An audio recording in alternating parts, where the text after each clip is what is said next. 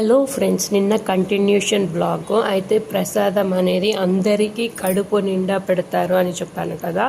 అయితే ప్రసాదం వచ్చేసరికి కట్టె పొంగలి అనేది ప్రసాదంగా పెట్టడం జరుగుతూ ఉంటుంది.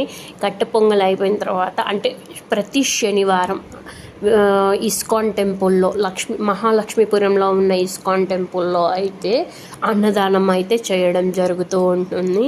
అన్నదానంలో ఏమేమి పెడతారు అంటే ఒక స్వీటు, ఒక ఫ్రై, సాంబారు, వైట్ రైస్, మళ్ళీ పెరుగులోకి అన్నం లేదా మజ్జిగ ఇవి పెడుతూ ఉంటారు. కొంతమంది డొనేషన్లు కూడా ఇస్తూ ఉంటారు.